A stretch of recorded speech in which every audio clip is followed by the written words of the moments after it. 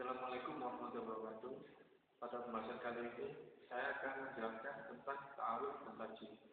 Ta'aruf dan tarjih adalah merupakan salah satu subbab dari ilmu ushul fikih. Yang pertama, saya akan menjelaskan tentang ta'aruf. Ta'aruf adalah berarti pertentangan atau hal yang dipertentangkan. Di sini, menurut syarak, ta'aruf adalah berlawanan dari dua hadis atau Al-Quran atau dalil yang kedua hukumnya berbeda dan dilaksanakan pada waktu yang sama. Di sini umpamanya adalah menghendaki antara wajib dan sebelumnya lagi menghendaki dengan haram. Ini dinamakan dengan ta'aruf bil-lisani. Dan ta'aruf ini dapat diselesaikan dengan cara-cara yang dikeluarkan oleh ulama Hanafiyah dan Syafi'iyah. Menurut Hanafiyah, di sini ada beberapa cara yang didalilkan. Yang pertama adalah satu, dengan meneliti mana hadis yang lebih dahulu turun atau Al-Quran lebih dahulu turun dan hadis yang diucapkan oleh Rasulullah SAW. Dan bila diketahui maka dalil yang terlebih dahulu dianggap maka dalil yang lebih kuat. Kemudian yang kedua adalah jika tidak dapat diketahui mana lebih dahulu turun maka dilakukanlah tarjih terhadap dalil tersebut. Kemudian langkah yang ketiga adalah jika tidak bisa menggunakan tarjih, maka kedua hadis tersebut atau dalil tersebut dapat dikompromikan menjadi satu. Kemudian jika tidak ada peluang untuk mengkompromikan, maka kita meninggalkan dalil tersebut lalu mengganti dengan dalil yang lebih rendah bobotnya. Misalkan kita pertamanya mengambil dalil dari Al-Quran, maka kita tinggalkan itu lalu kita mencari dalil dari hadis. Kemudian yang kedua adalah cara dari Syafi'iyah. Dari Syafi'iyah sendiri yang pertama adalah dengan mengkompromikan dua dalil itu selama ada peluang untuk itu. Karena mengamalkan kedua dalil tersebut lebih baik daripada meninggalkan salah satunya saja.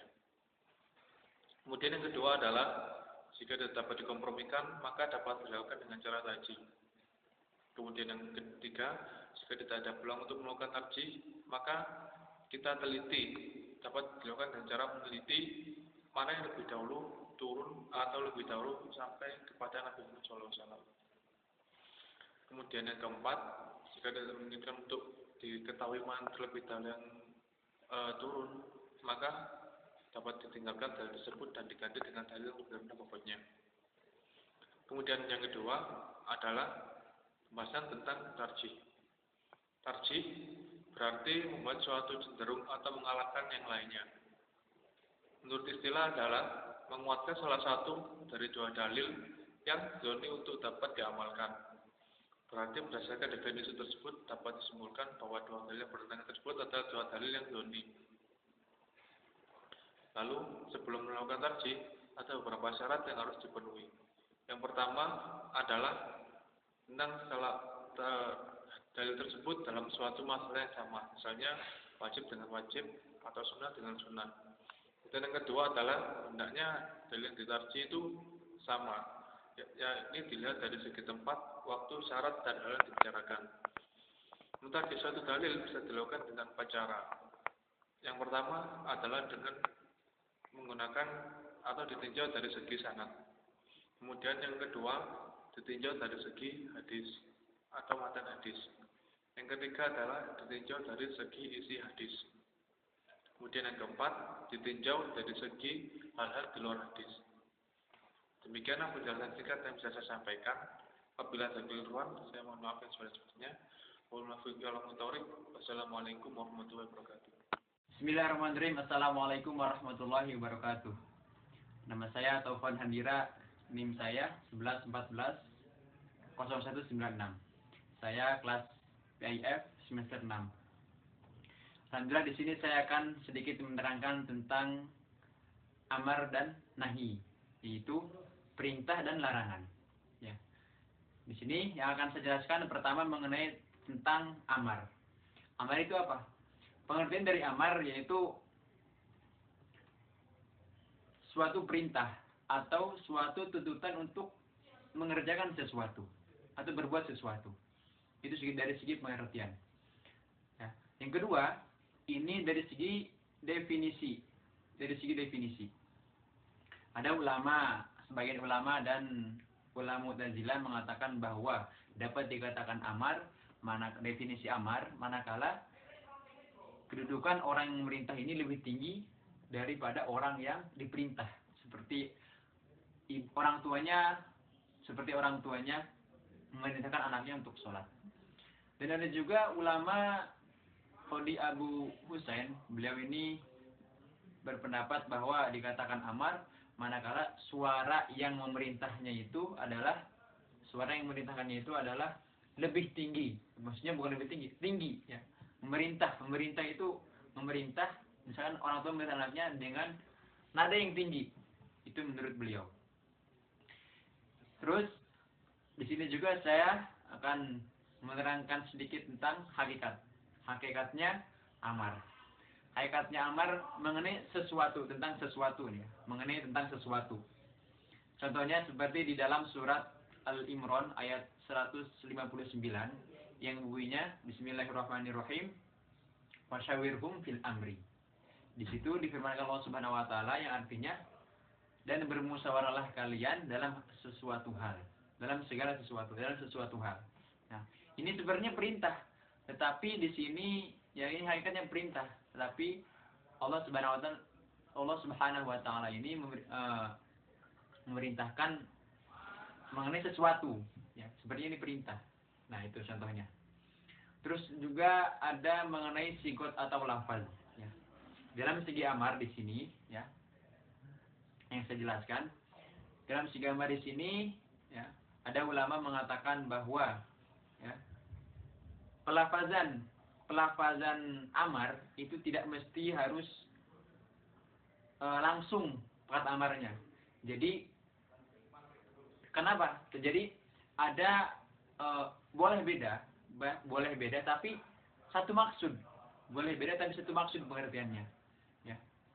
Jadi pelafazan amar ini tidak mesti harus lafaz langsung yang dikatakan. Boleh yang lain-lain dikatakan tapi bermaksud terhadap lafaz itu sendiri, ya, terhadap amar itu sendiri, ya kan? Nah, itu. Jadi tidak mesti perintah yang dikatakan itu, misalkan perintah sholatlah, ya kan? Tidak mesti itu.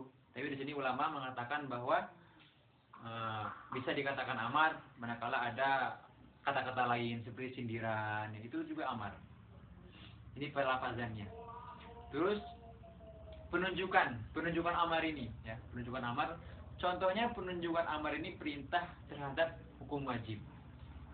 Saya ambil dari surat, contohnya saya ambil dari surat An-Nisa ayat 77 yang bunyinya Bismillahirrahmanirrahim. Aqimus sholata wa atuz zakah. Ya, ini sifatnya wajib. Allah Subhanahu wa taala firmankan, dan kerjakanlah, dirikanlah sholat dan tunaikanlah zakat. Ini suatu kewajiban, ya, ini perintah. Yang namanya wajib apabila kita lalaikan maka ini hukumnya dosa. Ini mengenai tentang amar. Dan juga di sini saya akan menjelaskan lagi tentang nahi. Nah, nahi ini tentang larangan. Pengertiannya di sini nahi pengertiannya adalah yaitu meninggalkan sesuatu yang kata awalnya ini didahului oleh kata larangan. Ini meninggalkan sesuatu. Ini definisi, ya bukan definisi, maaf. Pengertian dari larangan atau nahi. Terus juga dari definisi, ada sebagian ulama mengatakan definisi dari nahi ini hampir mirip dengan amar. Bukan hampir mirip, sama, ya, sama. Cuman konteksnya beda, ya. Seperti tadi kan dalam amar dikatakan bahwa amar ini lebih, jika ada sebagian ulama mengatakan bahwa dikatakan amar bahwa manakala kedudukannya itu yang merintah lebih tinggi, ya, daripada yang diperintah. Sama juga dengan ini larangan juga ada sebagian ulama mengatakan bahwa yang melarang ini melarang itu lebih tinggi kedudukannya dari yang orang yang dilarangnya itu. Ya. Contohnya ya itu tadi, ibu kepada anaknya, ya kan, dia melarang hal-hal yang diharapkan oleh Allah Subhanahu wa taala. Itu. Sepertinya bukan seperti contohnya seperti ya dia melarang, ya kan, melarang hal-hal yang diharamkan oleh agama, ya kan? Contohnya seperti dia melarang untuk minum minuman, ya kan? Haram, ya kan? Dan sebagainya. Seperti itu. Terus ada juga ulama yang mengatakan bahwa dikatakan larangan ini, ya, ada mengatakan larangan ini, ulama mengatakan bahwa dikatakan definisi dari larangan ini adalah meninggalkan semuanya. Ya. Ini dapat juga dikatakan dengan larangan. Ya. Ada mengatakan bahwa disebut dengan larangan apabila manusia ini meninggalkan apa yang dilarang tersebut. Ini disebut dengan larangan. Ya. Contohnya, bukan tinggalkanlah setengah-setengah, tapi semuanya. Ini juga ada yang mengatakan seperti itu, ulama.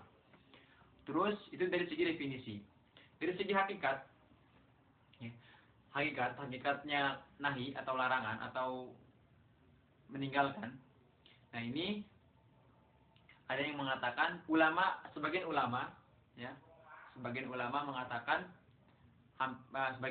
mengatakan bahwa larangan ini atau nahi, ya, ini hakikatnya asal katanya ini untuk yang haram, sebenarnya yang haram.